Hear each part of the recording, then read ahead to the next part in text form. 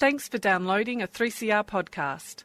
3CR is an independent community radio station based in Melbourne, Australia. We need your financial support to keep going.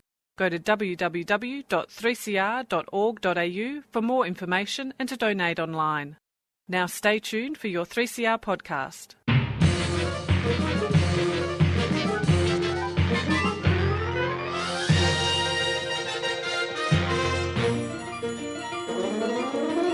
Hello and welcome again to Lost in Science. This is half an hour or so where we talk about science on the radio or on some other device on which you may be listening. Who are we?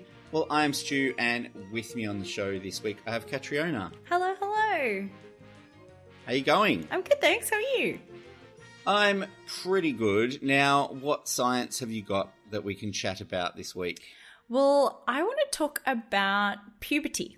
It's not something that perhaps either of us have been through very recently, but I want to talk specifically about puberty blockers because there has sort of been some mixed information out there, even in the scientific literature, and 2 studies this year have kind of given a little bit more clarity as to what's going on and the benefits of puberty blockers, especially for transgender youth. So I want to have a bit of a chat about that. That's really interesting because, I have, I've read all sorts of things about it, but I haven't actually looked into the science of what's going on with that medication. So that'll be really interesting to hear. Now, as I said, people might be listening on some other device. Now, I'm going to assume in most cases that other device is likely to be a smartphone. This is because smartphones can do just about everything. But, as much as pretty much everyone is using smartphones, there's billions of smartphones out there in the world. It has also gotten the attention of scientific researchers who are wondering, what is the impact of this technology on humans? Now, I don't think they're doing anything to us that we're not, that we haven't done to ourselves before. But they're doing it in a new, different way, and there is evidence that there has been changes in the way people behave and their cognitive abilities and things like that from the use of smartphones themselves. So I'm going to have a little bit of a look into that and what sort of effects. And it's actually a huge area. I started reading it. I thought, this will be an interesting little story to do. And then I started reading it and realized there is so much. It's a rabbit scientific hole. Oh, absolutely. And so I've had to narrow down what I'm talking about because, there's an explosion of research on smartphones because there's an explosion of smartphones, I suppose. Yeah, makes sense. But that sounds really interesting. Yeah, so please plug in your earbuds and stay tuned.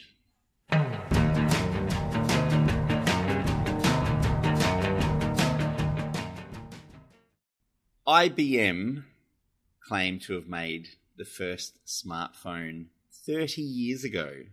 You say claimed. Well. Look, they called it the Simon Personal Communicator.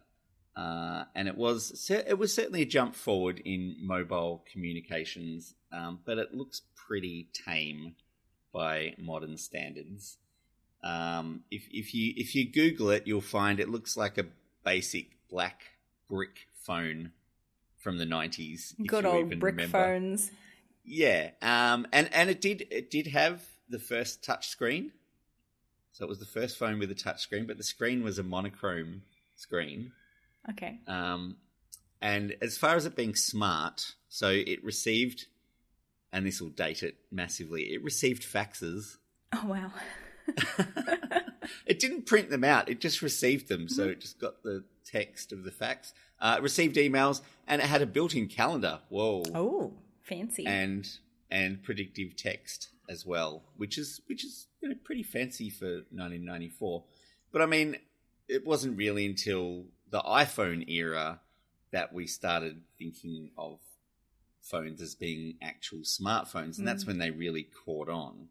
So these are the phones that have actual full proper internet access they've got color screens, they've got colored touch screens, they've got apps. And I think this is probably important too. The apps are specifically designed for the phone to make use of all of those things it can access, and to make the phone more useful as well. And so, this was 2007, so it's nearly 20 years ago. I remember the first iPhones coming out and go, what would I ever want that thing for? And now I've been through, 6 or 7 smartphones. But look, basically they're indispensable. Billions of people have smartphones, and I do keep referring to them as smartphones. I mean, we're just basically saying phones, right? We don't have to add smart to them. Everyone's got a smartphone, so it's just a phone. Unless it's a burner phone or something. But no, I get your point. Absolutely. I mean, my dad does have a dumb phone. It doesn't have internet. It doesn't do anything. I don't even think it's got a camera on it. He just says, if you want to text me, you can text me. But that's it. But they've also pretty much swept away the personal computer as the access point for internet-based communications. People don't have PCs anymore. And often people have them for work and things, but people used to have computers at home. They don't have those. Maybe they've got tablets and whatever, but most people access the internet mostly on their phone. Now, the ease that we can access all of the goodies that the internet has to offer has caused some alarm among people who are concerned, like people get with pretty much any new technology, and there has been concerns raised about the potential consequences of smartphone use. Now, one of the earliest studies I could find on the effect of smartphones on the users was from 2014, when quite a lot of people hadn't actually got a smartphone. So it was kind of easy to do a comparison between people who used them and people who didn't, because you could find plenty of people who didn't. So one of the early studies that I could find was from the US, and it was basically 2 groups of college students. One group who were heavy users of their smartphones, and the others who didn't have a smartphone.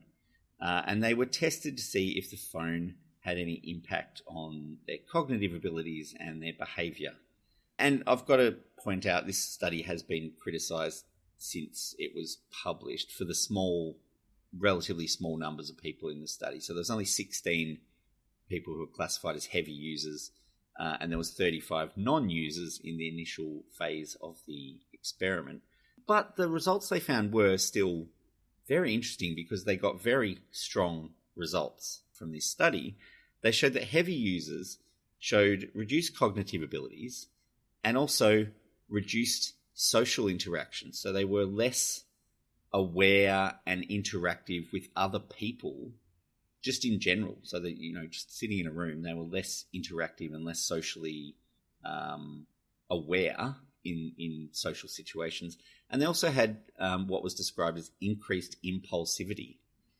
So that was a bit of a concern. But the second part of the study was also very interesting. So they had 16 heavy users, and they found that they had reduced cognitive abilities. They had 35 non-users. Half of the non-users, they gave them smartphones for 3 months. And then they tested them again. And after 3 months, they were heavy users, and they showed the same results. So they had reduced cognitive abilities and reduced social interaction and increased impulsivity. Wow, it's that quick. It's very quick. And actually, I'll come back to that too, because there's even more recent research that shows it's even faster than that. It doesn't take 3 months. So they're also saying, well, it's obviously the phones. There's not something else happening here. It's the use of the phone that's making it happen. And also giving them the phones, they started using the phones heavily. So it was almost, it kind of showed how, I don't want to use the word addictive, but how compulsively people would take up use of the phones, I suppose, is the obvious thing. And it changed their behaviour in the same way as the initial group that they'd found had been affected. So that early study has led to something of an explosion in research into the effects of phone usage on neurological and psychological and behavioural aspects of smartphone users around the world. And it's interesting, I think, with this technology, in the past, people have been concerned about content that people consume. And, if you're looking at, comic books and films and TV shows and music and video games, it's the content people have been concerned. Are people watching too much of this kind of movie or playing this kind of game? It's not the content that anyone's really concerned about. It's the use of the device itself. So, and that's an interesting thing. I mean, I was told, don't sit too close to the TV, you'll get square eyes. That's about as much as anyone's ever said any concern about the device. In this case, it is literally the device and using the device that's the problem. So there certainly is research that shows the device itself can have a direct impact on behavior just by being present at all. So even when it's not being used, so there's 2 studies published last year that showed the presence of a phone while people undertook cognitive testing reduced their overall performance on the tests, even when they didn't interact with the device. So that sounds wild.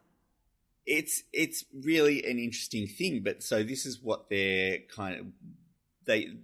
few people have sort of commented on these findings, and they've said, okay, there's 2 potential ways that the presence of the phone could be influencing the performance of the participants. And they've obviously got to know that the phone's there. It's not like it's got some magical power that it's beaming out of a locked room or something. And just checking, like, it's their phone or some random... Yes. Yeah, okay. Yeah, no. So, yeah, it's their phone and they know it's sitting there on the desk or whatever while they're doing the performance appraisal. But so one of the possible, or they're probably a combination of both, is one internal and one external factor that will influence this. The internal influence is basically it's the desire of that individual to use their phone. Mm-hmm. They want to pick up the phone and they want to do something else because they're doing a test or they're doing they're being tested on something. They go, I would rather just, text my friend or look on Facebook or do something, Mm-hmm. So they've got this internal thing which is distracting them. They go, I could be doing something more interesting than this. Does that include I wonder if anyone's messaged me, or is that the next thing that you're going to say? That's exactly the next thing. So there's the external thing is, have I got any alerts? Yeah. Have I got any, indication I've got new information on my phone? I need to check my phone because I've got to check if I've got a text or an email or a Facebook message or whatever, a new TikTok has come up or whatever it is, So there's internal and external factors which may be distracting them, but just the fact that the phone is there is enough to change their performance on an actual test. Now, the other thing that was really interesting is that studies have shown that their performance declines even when the phone is switched off. Oh. So it's not that, the phone is giving us alerts or whatever. It's possible that people can't consciously regulate the amount of attention they're paying to the phone. They're using some of their brain power somehow to focus on the phone to be curious about what it's doing or what they could be doing with it. So just that we're thinking about the phone all the time, which is, it's kind of a bit of a worry. But I wonder, how much of this is they're in a deliberate study around phones, and use of phones? What if it's just switched off and, you're, doing something completely different? I guess that's always an issue with these kind of studies is if you're doing a psych study about phone use, then... you might be thinking about the phone.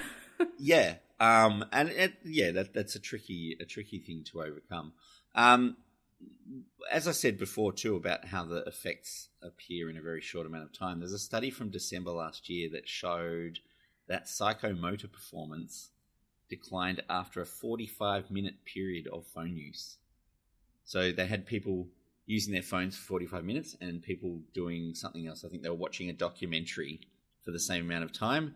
The people who were on their phones did worse on the testing after that period than the people who were just sitting watching a documentary. So, this is interesting to see this, but they have also said that study, which is, it's almost a pilot study. They've said it might be fatigue, it might be drowsiness. You know, there's other things that could be causing that after such a short amount of time.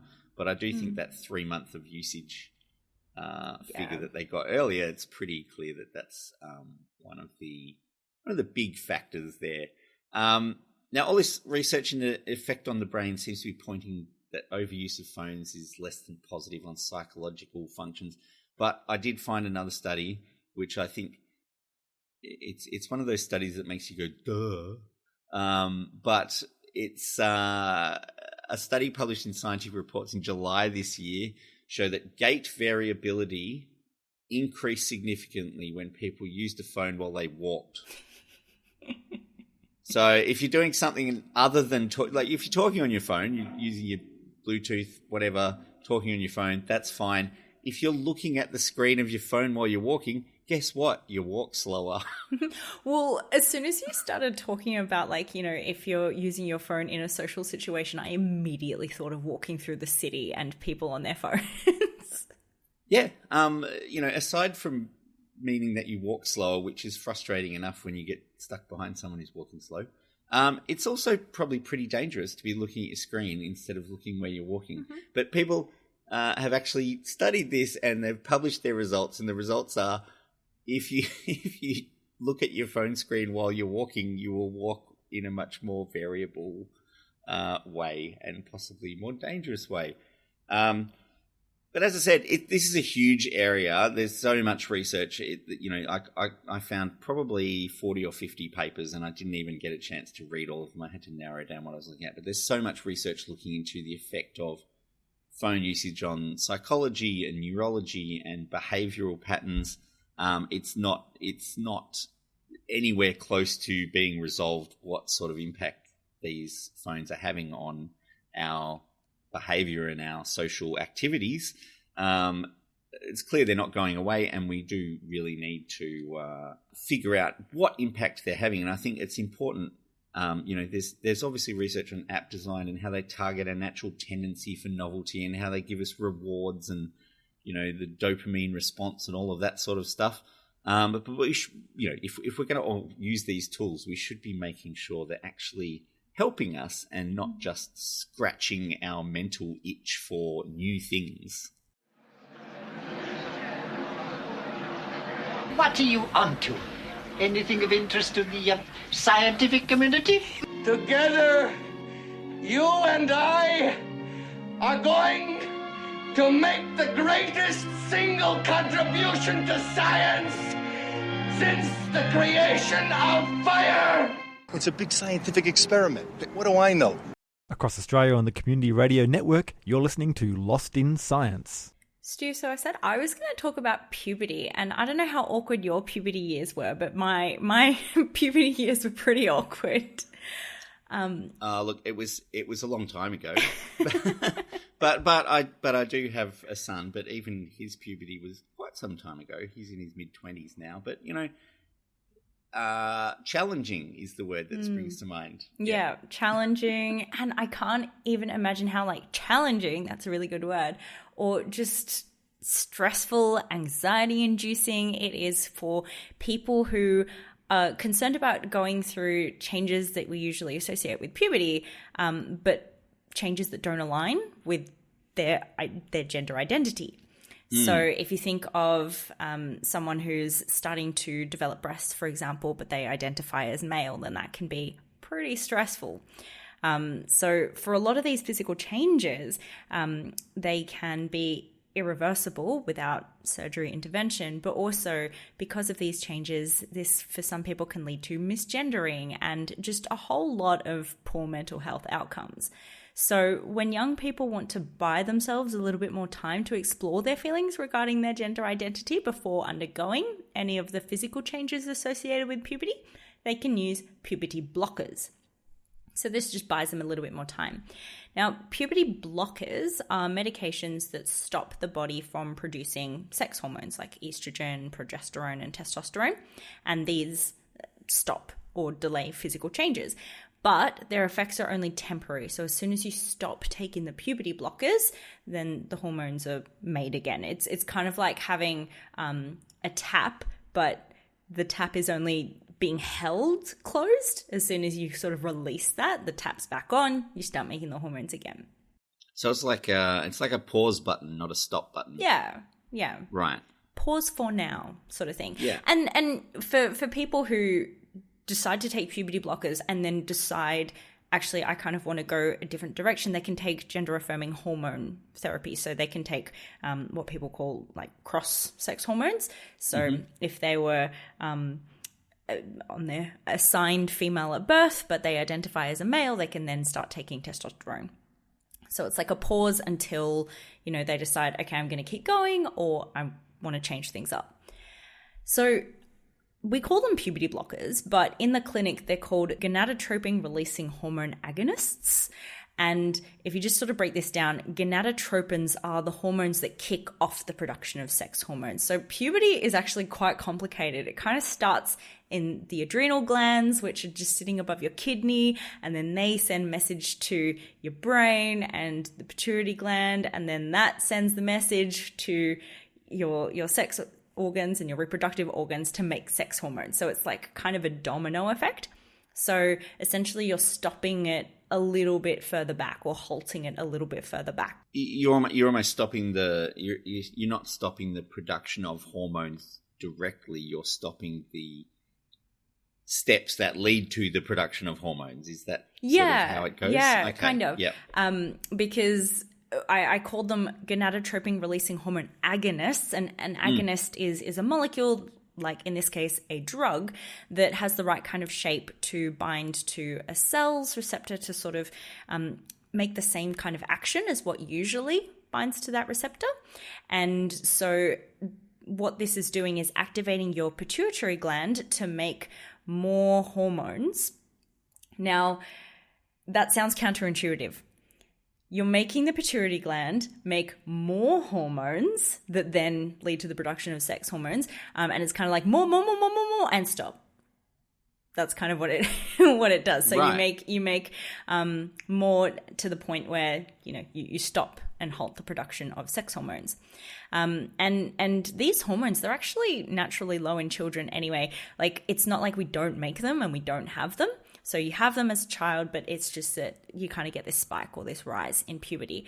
And then afterwards, you've got your testosterone, your estrogen, and your progesterone levels, and they control the gonadotropins. So it's kind of like this feedback sort of loop. But in terms of the history of these puberty blockers or these medications, it's not that recent. So the gonadotropin releasing hormone was discovered in 1971. And then agonists for this hormone, so drugs that are kind of trying to act like it, so aka puberty blockers, they've been used since the early 1980s. Oh, wow. Yeah. And they were used not for the purpose that I'm talking about today, but they were used to treat early onset puberty in young children. So that's a thing. When children start undergoing puberty from about 7, 8, 9, that's considered early. And that can actually have some drawbacks. So some people stop or not stop. As you said, it's like a pause. It's like a stop for now. Their puberty for a little bit with these medications or with these puberty blockers, and then as soon as they stop taking it, bam, puberty kicks in again a little bit later. But in terms of using them for transgender use, they've been used since the 1990s. So also quite some time. And this helped to prevent unwanted development of sort of more masculine or feminizing physical changes. Now, they're used for actually a lot of different things. They can be used in fertility treatment, and they can be used to lower sex hormone levels in the treatment of hormone-sensitive cancers like prostate cancer and breast cancer. And they can be used for certain gynecological disorders like heavy periods and endometriosis. So they can be used for quite a variety of things. But in terms of the benefits for transgender adolescents, many transgender children experience anxiety about these unwanted physical changes that are going to occur because of puberty, especially as they sort of approach their adolescence.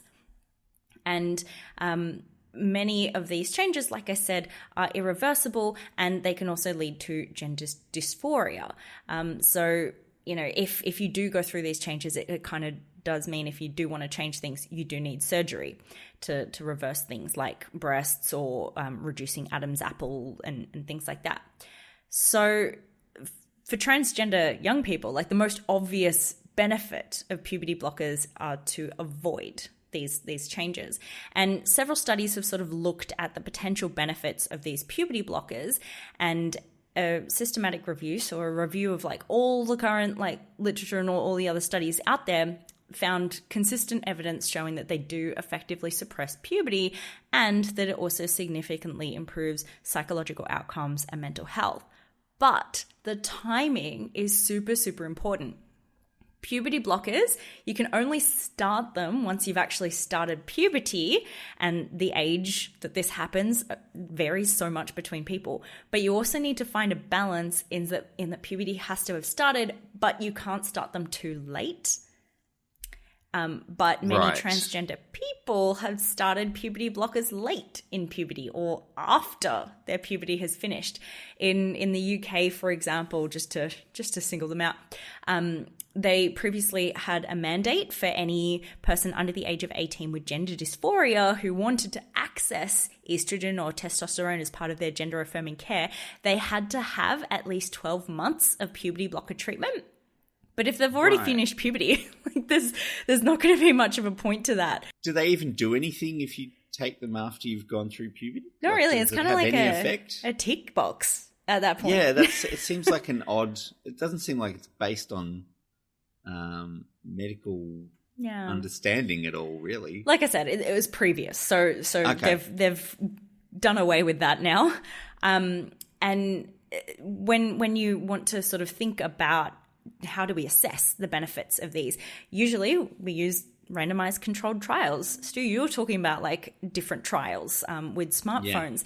Yeah. But it's really hard to have trials of puberty blockers for transgender young people because some people would be like, oh no, that's you can't just be doing studies on that. And this has meant that some people call puberty blockers experimental, but let me remind you, they've been used for decades.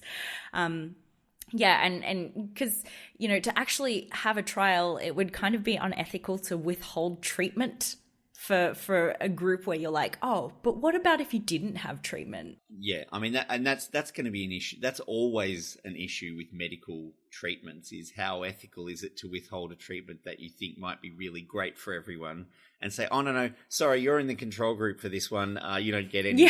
Yeah. And it's time limited, so sorry if you missed the boat, but too bad. Yeah, it's a tough call. Yeah. It really is. And it's actually common to not have data for like these controlled trials in pediatric care. So when thinking about children, just more broadly. So, we kind of do want a little bit more research into it, but it's hard. So the studies have been murky over the years in terms of looking at timing and things like that. But a recent study from this year did confine the analysis to treatment with puberty blockers from early to mid-puberty, and it found that treatment was associated with reductions in anxiety, depression, and other mental health, more poor mental health outcomes. So it's really great to see that, people are coming more on board and the science is coming more on board. And it kind of seems like a duh thing as well, but this really does seem to be helping a lot of people. And that's it for another episode of Lost in Science. Lost in Science is recorded for 3CR in Melbourne on the lands of the Wurundjeri people of the Kulin Nation, and it airs across Australia on the Community Radio Network with the support of the Community Broadcasting Foundation. We would love you to get in touch with us. You can email us at lostinsci@gmail.com, or you can find us on Facebook, we're Lost in Science on 3CR, or on Twitter, where we're at Lost in Science 1. You can find us on your favourite podcast app, where if you get the chance, please give us a good rating and review, as that will raise us up in the search rankings so other people can find the science. Or you can listen to us however you listen to us now, where the same time every week, Claire, Stu and Chris get Lost in Science!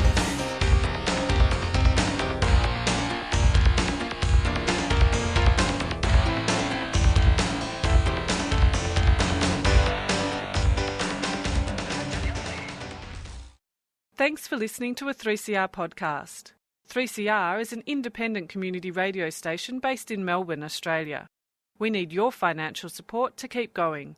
Go to www.3cr.org.au for more information and to donate online.